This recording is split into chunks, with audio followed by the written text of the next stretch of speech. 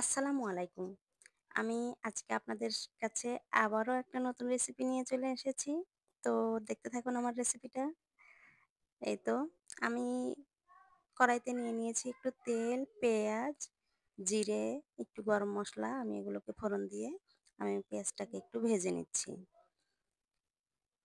আজকের এই রান্নাটা একদমই নতুন আর একদমই অন্যরকম একটা রান্না।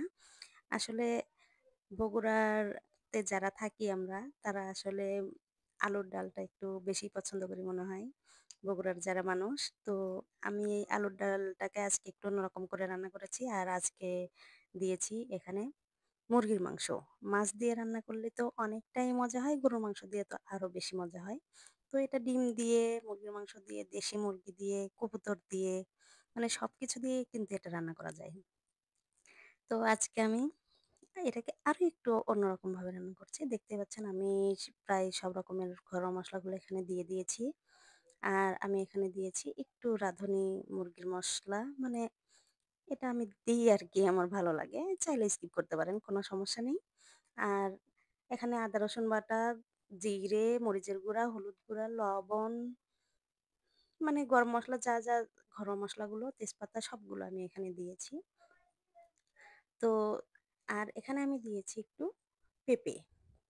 আমি এখানে প্রায় ১৫০ গ্রামের মতো পেঁপে সেদ্ধ করে টুকরো করে কেটে রেখে দিয়েছিলাম। তো সেই পেঁপেটাকে আমি এখানে দিয়ে দিয়েছি। এটা আসলে একটা বড় সাইজের পেঁপে ছিল। মাঝারি সাইজের পেঁপে হলে ৪ ভাগের ১ ভাগ এখানে সেদ্ধ করে একটু টুকরা করে দিয়ে দিবেন। এটা মানে অন্যরকম একটা টেস্ট হয়। পেঁপেটা যদি বাড়তি মানে একদম প্রাপ্তবয়স্ক হয় তাহলে তো আর কোনো কথাই নেই। তো আমি এই দেখতেই পাচ্ছেন পেঁপে আর মুরগির মাংসটাকে আমি একদম বেশ ভালোভাবে কষিয়ে নিচ্ছি। এটাকে কষানো বলতে পারবো না, মানে ভেজে নিচ্ছি। আমি এখানে একটুও পানি ইউজ করিনি। আমি এটাকে বেশ খানিকটা সময় ধরে ভেজে নিচ্ছি। তো এভাবে ভেজে আমি সব মসলার সঙ্গে মানে মাংস এগুলো সব আমি ভালোভাবে মাখিয়ে নিচ্ছি। ভেজেই নেব। তো ভাজা হয়ে গেছে আমার। এখন আমি এখানে দিয়ে দিলাম সেদ্ধ করে ম্যাশ করে রাখা আলু। আমি আলুটার মধ্যে একটু পানি দিয়ে রেখেছিলাম। তো আমি এখন এটাকে ঢেলে দিলাম।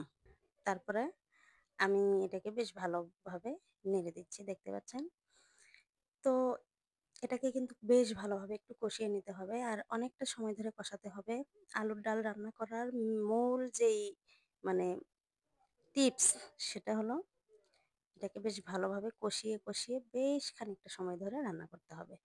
তো এটাকে মানে বলক উঠে আসলে এটার মধ্যে আবারও একটু পানি দিয়ে ঝোল দিয়ে এটা বেশ ভালোভাবে কষিয়ে ঢাকনা দিয়ে ঢেকে রেখে দিলে হয়ে যাবে। নামানোর সময় শুধুমাত্র একটু ভাজা জিরের গুঁড়ো দিয়ে দিবেন, ব্যাস। একদম অথেন্টিক স্বাদের একটা আলুর ডাল রেডি হয়ে গেল। তো ভালো থাকবেন সবাই। ভালো লাগলে অবশ্যই লাইক, কমেন্ট, শেয়ার দিয়ে পাশেই থাকবেন। আমার চ্যানেলটাকে সাবস্ক্রাইব করতে ভুলবেন না যেন। আল্লাহ হাফেজ। আসসালামু আলাইকুম।